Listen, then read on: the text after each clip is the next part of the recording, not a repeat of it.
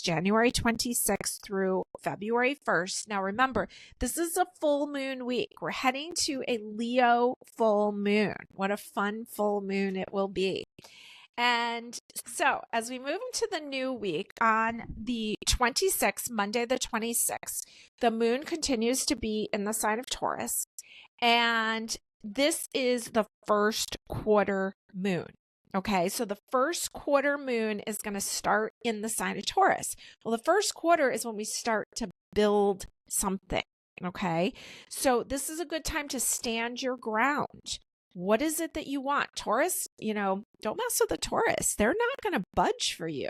They know what they want. They know what's of value. So that's the kind of energy that's in the air here as this first quarter moon is building. Stand your ground, reach towards value and beauty.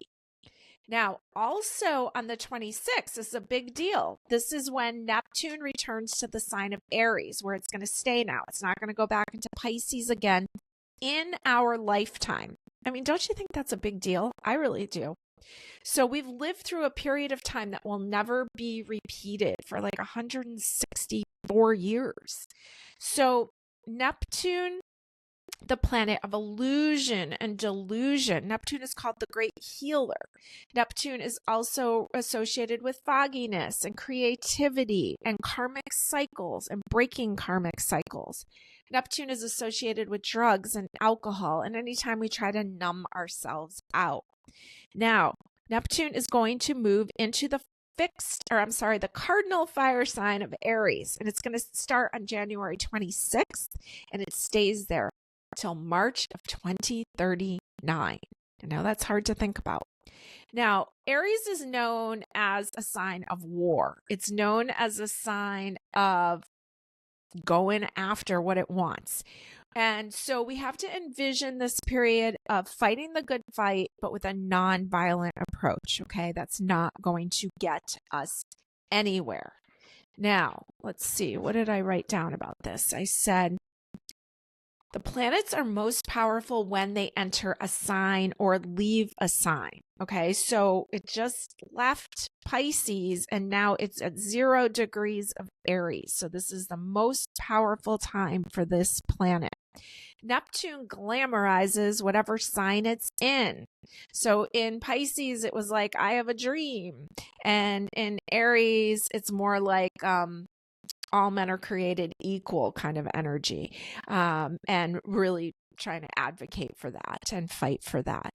So pivotal times here as Neptune moves into Aries. All of you Aries out there, you're going to have 2 heavy hitter planets moving into your sign, so things will not be dull. Now, speaking of not dull, on Tuesday, the 27th, the moon enters Gemini at 3:55 p.m. Eastern Standard Time. And this is when Mars is conjunct Pluto. Mars, the planet of action. And I believe I've heard Sheila Haidt say that Mars is the cousin. I think it's cousin or little brother to Pluto. So they have some kind of relationship, right? Because Mars was the original ruler of Scorpio until Pluto was found. Then Pluto became the ruler of Scorpio. So they have some similarity there. Mars is the god of war. Pluto is Hades, god of the underworld. And so it can get intense. There they are together. Okay. And so they're in the sign of Aquarius. People, groups of people sign, groups, Mars wants to win, okay? And so there's something here about sharing credit with other people, okay? And maybe you don't think the other person brings enough to the table, or you don't really see what they bring. We know that the chart for the year ahead had a lot about working with others. So, and there's going to be a lot of these Mars-Pluto conjunctions over the next 20 years. So we're going to have to start learning how to work with others, respecting what other people bring to the table and sharing the credit. Now, on the 28th, the moon continues in the playful, fun-loving sign of Gemini, a very social sign. So there's a lot of social energy this week. And being a little bit more careful on the 27th. But then as we move to the 29th, I would just mark your calendar for the 29th, because Mercury and Venus are going to be conjunct. So Mercury, social, right? Brings communication all over the place. Venus, harmony, balance, relationships.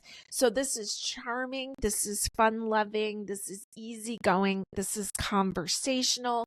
This is like no problem breaking the ice, talking to people. So make sure that, if you're single, I would go out and about that day. I would talk to people, just chit chat with people, just mingle. It's in the air, and it's already Aquarius season.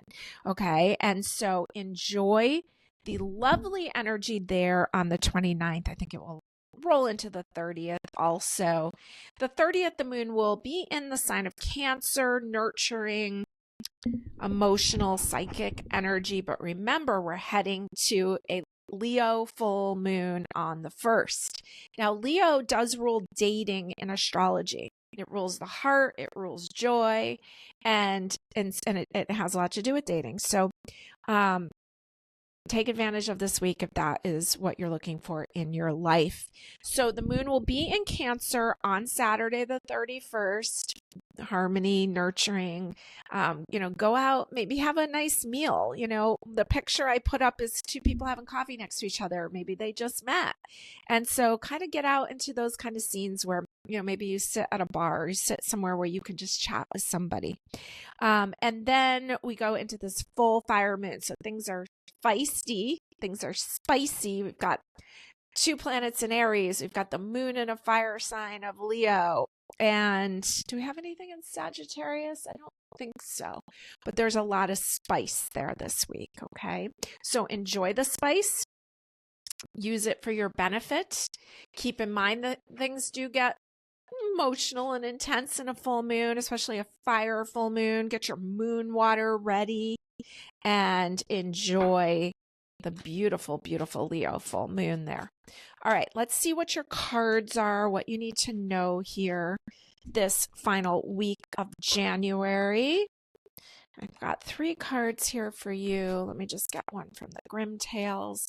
Okay, so your first card is the Hermit from the before. So I know that snake becomes his staff after he puts that star into his lantern. So this is Virgo energy. This was the card of the year in 2025. Okay, so a lot of what you've learned through 2025 becomes your guide moving forward here in 2026. You have the 3 of Pentacles, which is often called the architect card, something being built, something of value. It almost looks like they're at a museum and looking around. Great social experience. And the World card. So great card of success and completion, closure. Capricorn card. Looks like she has the world just all around her head. Okay, so this is a success card. So I think you got some really great cards this week. I would get out and about, even if you have to go alone, the Hermit. Okay, make sure you're, obviously be safe, but be social. See things, chat with people, say hello. So many people that are just dying to talk to you because, COVID did a number on us and our social skills. So don't be afraid to get out and about, even if it's by yourself, and enjoy just the chit chat and the social interaction with others, remembering that others can open up many doors for you this year. In general, with a Libra rising and a Gemini moon for the new year, but especially with Venus hanging out in the sign of Aquarius, which was from January 17th to February 10th.